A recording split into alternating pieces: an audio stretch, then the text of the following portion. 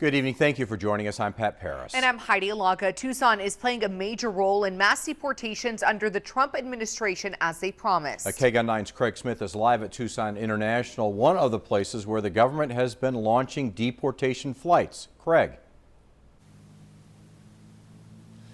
Now, you know, using aircraft for deportation is not a new idea. Various administrations have used them going back over the years, but when they've done it, they've typically just chartered regular civilian-style airliners, but in this case, there's sort of an extra message by using a large military aircraft.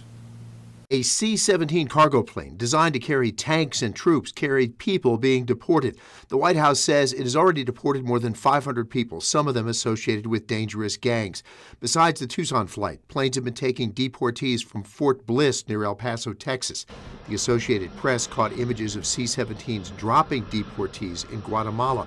While deportations play out, Southern Arizona Congressman Juan Ciscomani says the different border issues of immigration, cross-border trade, and security are so complex it will probably be impossible to address them in a single set of reforms.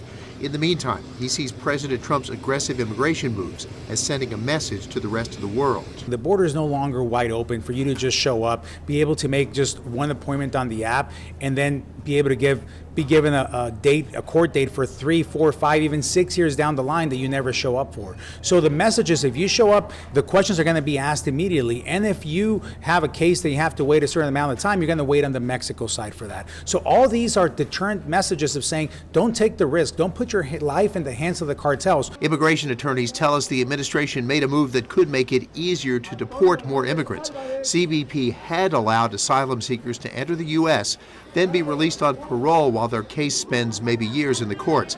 Now the attorneys say the Trump administration has removed parole protections for people from Cuba, Haiti, Venezuela, and Nicaragua. That makes them vulnerable to arrest and deportation. Now, we're not getting a lot of detail about the people deported on these flights. It's not clear whether they were already in custody and had been in custody for quite some time, or whether they are recent arrests that happened since President Trump took office. Reporting live at Tucson International, Craig Smith, KGUN 9.